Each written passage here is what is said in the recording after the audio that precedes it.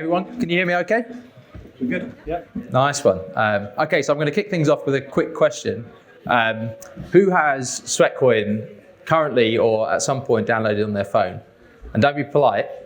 I'm thinking about it. MoEngage can't answer this, you don't count. Okay, so there's a few hands. It's not many, but actually that was the result I was hoping for, surprisingly. And I'll explain a little bit later why that's the case. So kicking things off with who we are. So we're a gamified pedometer app leveraging behavioural science to overcome physical inactivity. So I'm sure we've all at some point procrastinated doing exercise. So we're trying to use behavioural science to persuade people to do exercise now. So we convert your steps into value to motivate you to walk more. So how do we do that? So first of all, we track your steps and then we convert them into a currency, which is called Sweatcoins. And then you can go and spend those Sweatcoins in our marketplace. So you can either purchase offers with our affiliate partners or you can donate to charities. And our goal is to make walking rewarding in every sense of the word. So since launch back in 2015, we've had 120 million registrations and we've tracked 30 trillion steps and converted them into Sweatcoins. So the reason I asked the question at the beginning and why I got the result I wanted, which was not many hands, is probably that number of 120 million is quite surprising given only a couple of people raised their hand in the audience.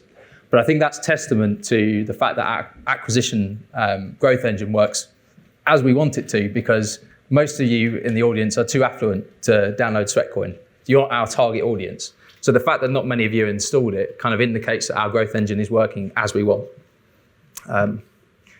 So this is our annual acquisitions since launch. So as you can see, I'm not trying to dress this up as a perfect story. We went through an initial growth curve, so our first hockey stick, and then we saw a big decline, and then we saw another hockey stick.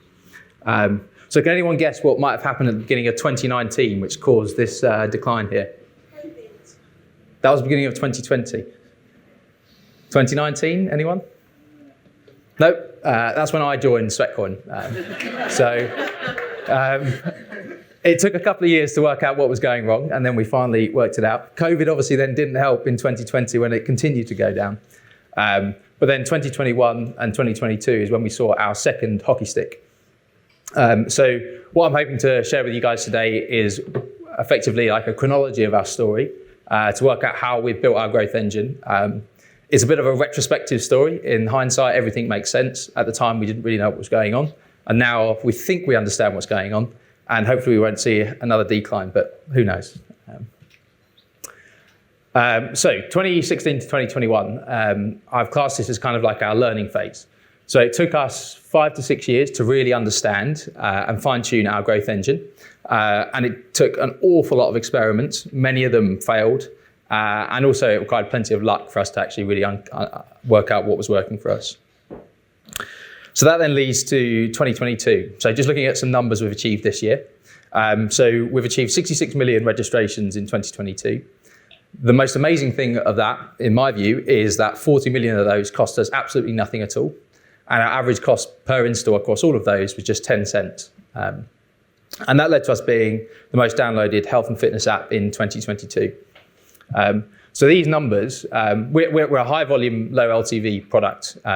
So if we depend just on performance marketing to acquire our users, it's a bit like trying to land a 747 on an aircraft carrier when you look at it in terms of your CAC and LTV ratios. So there's no way we can build a business our size using advertising alone. So we've built a lot of different product growth tools that have got us to these numbers. So these are our 4 key channels, broken down into the numbers each of those are driving. So our biggest channel is organic. So we get, of those 66 million, 29 million from organic, which is free, costs us nothing. Referrals is the next biggest, which is mostly free. Ambassadors, and by that I kind of mean micro-influencers. We get 12 million, and then finally advertising is only 4.5 million. And that's obviously the most expensive. So you can see that actually the order of our channels by the number of installs is inverse to how much each of those are costing us. So let's go through these, starting with the smallest channel on advertising. So 7% of our registrations come from that, and our cost per registration is about $1 through that channel. So obviously, it's a super dependable and easy to target channel, and something that any business, and most businesses when they're starting, go straight to this because you can start with it immediately. The issue with it is it's extremely expensive and very time consuming. So we actually think of paid ads as kind of like the ignition for our growth engine. The next is ambassadors or influencers. So this is 20% of our registrations, and it's 4.5 times cheaper than ads. And it provides users of equal quality to advertising. The key thing that we've done differently here to a lot of other companies is that we've built a proprietary solution for our influencers. So you can see this is our influencer hub here. So when you invite 30 friends on Sweatcoin, you get promoted to become an influencer. And so effectively, we're using this as a way to identify people in our audience who may not have actually monetized their audiences previously, and therefore it's super underpriced attention, but we can maybe access 100, 200 installs from those users. What's then really exciting about this particular channel is that we can then help them build a community on Sweatcoin itself. So this is kind of, we talk about influence steps. So really, we're not focusing on influencers just acquiring as many users as possible for us. It's actually acquiring users that then stay with us. So we build different functionality that allows them to engage their audience and drive up our retention of that audience as well. The next is referrals. So this represents 30% of our registrations, and this is 200 times cheaper than ads. So it costs us less than a cent per install that we drive through referrals. And we really view this as the core of the growth engine. It's nearly free, yet it provides by far our best quality users. So we see 50% higher retention of these users versus advertising. And that's because people that are installing Sweatcoin, their immediate networks around them, and you'll see this in any kind of product, your referred traffic is always your best traffic, is likely to share the same kind of characteristics. And so this is why referrals we see as being the core of our growth engine. And then finally, organic. So this one, to be honest, I don't really understand that well. I don't think many people do. I think many marketeers think they understand it, but I actually honestly think that not many people really do understand how organic traffic work. But this drives 44% of our registrations. And the amazing thing about it for us is it's free, because we don't do this through PR work. We do this all through product first work. So the sorts of things that are driving this are things like unattributed referrals. So this is like genuine word of mouth, so people actually talking to each other. App Store rankings, search and ASO, brand notoriety, user-generated social media content. One of the speakers mentioned this earlier. This is something that's been really huge for us, and media coverage. And I think the thing that can drive this is if you can become the leader in your domain, you can really unlock that organic tailwind. So you want to find a way to identify customers early in their journey when they're searching, for example. And if you become the owner of that particular domain, then you can interact with more customers at that point. So this is looking at a sort of practical case study. So when we launched in Brazil earlier this year. And what's quite interesting about this is you can see how we've learned over those years and then actually applied this in a certain market. So the first week or so, you can see, this is before we actually sort of pressed the button and launched. We were still driving 20 or 30,000 installs per day. But then you'll see the pink line, April 30th, starts to pick up. So that's our influencers. So what we did is we went to a bunch of influencers that we reached out to first and worked with some influencer agencies and used this to kind of light the fire. Once we had that, we then see the blue line, which is our organic traffic, and then the yellow line, which is our referred traffic, then start to kick in. So with the yellow line, as soon as we started acquiring those users, because we've got a really well-built referral engine, the more volumes you start driving, you then start seeing those multiplier effects with your referrals. Same with organic as well. After the first day or so, we were already ranked the #1 health and fitness app on the Brazilian App Store, which then started driving organic traffic. We then, after that, a couple of days later, were the #1 free app of any category on the Brazilian App Store, and that then drove up further. What you can see at the bottom is our paid ads. So this, I don't know whether this is true of many companies, but I hope this is quite unique, represents such a tiny portion, and therefore the amount we had to invest in order to achieve this here. So on the 3rd of May or 4th of May, can't see exactly when the peak is, that was 3.3 million installs in a single day, which cost us barely anything. So trying to sort of piece this all together and work out what are the key learnings that we've learned through that time. So the first is referrals. So referrals act as like the core of any growth engine, and you can't get the flywheel spinning without it. And it also delivers your best users.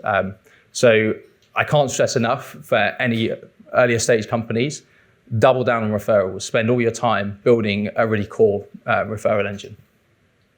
And you won't see results from it immediately. It takes so many tests. We've probably run 30, 40, 50 different tests on different kinds of referrals. And we have about 5 or 6 at any point in time running in the app. So you need to really test these. The second is using incentives creatively. So any good referral mechanism has incentives built into it. Without it, it just won't work. Your product, you can never rely on just the core product being the thing that drives referrals. Incentives drive referrals. But you can do that in creative ways. So you don't have to necessarily spend and say to a user, hey, invite a friend and we'll pay you £5. Do it with things like prize draws, competitions, randomizers, or different functionality that have network effects built into it, which means that your cost per install through that channel is tiny. And that's why we are seeing only less than 1 cent per install through our referral channel. The next is to own as many channels as possible. So we own our influencer channels and our referral channels, and we've built a product for each of those use cases. And that ensures that we can have the best quality users through that. So influencers, for example, we can decide what classifies as a user that we're willing to pay for. So it needs to be a user that's got to a certain point in the conversion funnel. You can't do that through paid advertising. The only way to do it through paid advertising is to, instead of looking at CPIs, you look at your cost per a certain stage in the funnel. But all that does is just increase your costs. So it's actually not effective at all. The next is to leverage spikes. So this is going back to what we saw in Brazil. If you can try and condense your efforts and effectively engineer a high intensity targeted growth spike in a certain area, you can then generate tailwinds from organic traffic, and you get more multiplier effects. So think about it in terms of, can you phase your spend if you're using advertising spend or influencer spend at a certain point in time to light that fire, and then magnify the organic multiplier effects you can get. The next is org matters. So what I mean by that is the way that we do things at Sweatcoin is, in order to get genuine product-led growth, product and growth teams need to work together. So we have a product growth squad and a growth team, and we look at it as the product growth squad are building the internal tools that the growth team needs in order to deliver those. I see this in a lot of organizations where you have siloed product and growth teams, you don't get the same effect. And the product team spends all their time focused on delivering user experience facing things, not necessarily driving metrics that the growth team are. And therefore the growth team only has paid channels as the thing that they can use. And then the final thing is you need to experiment like crazy. And again, I think this goes back to the org. If you don't have a product team sitting within your growth team, it's impossible to experiment. You can experiment with content without a product team, but you can't experiment with the same sort of degree that we've been able to at Sweatcoin if you haven't got a product team within the growth team. So I think if there's one takeaway of these 6, I think it really is about creating the right org in order to be able to achieve this. Thank you. And any quick questions for Jared? Oh, right at the back, 2 seconds.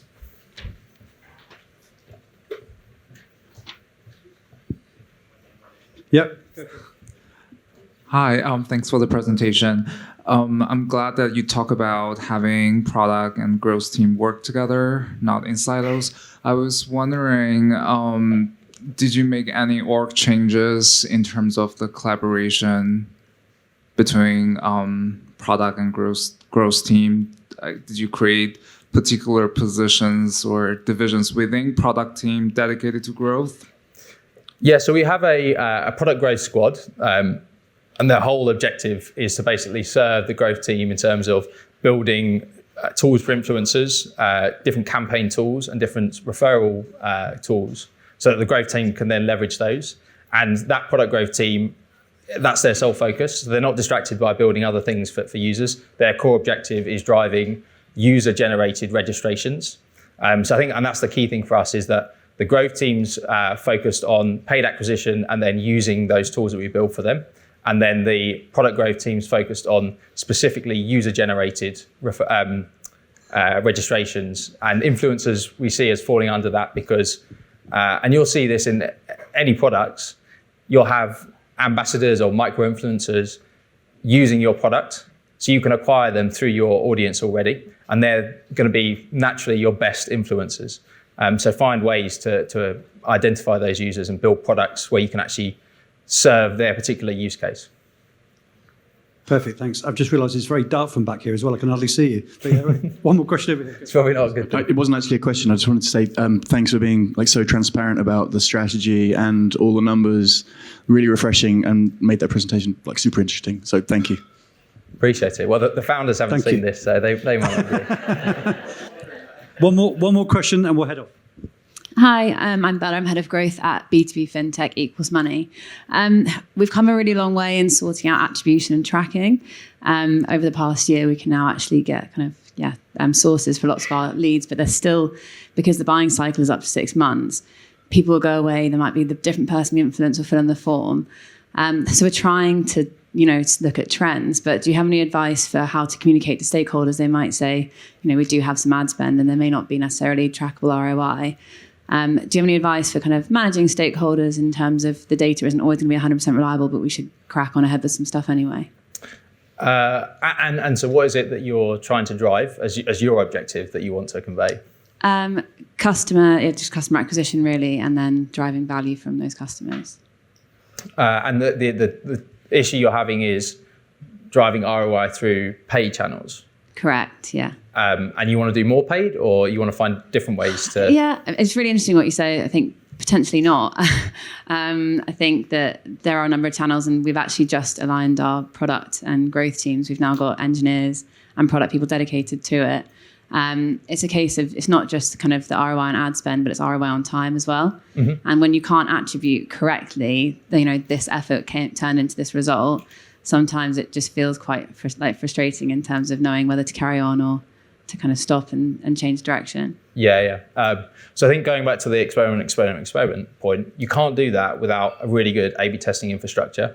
And what we saw across all those tests that we ran is you see these incremental gains. Some of them are huge, some of them incremental, but you need that in order to generate enough consensus that you should continue trying this.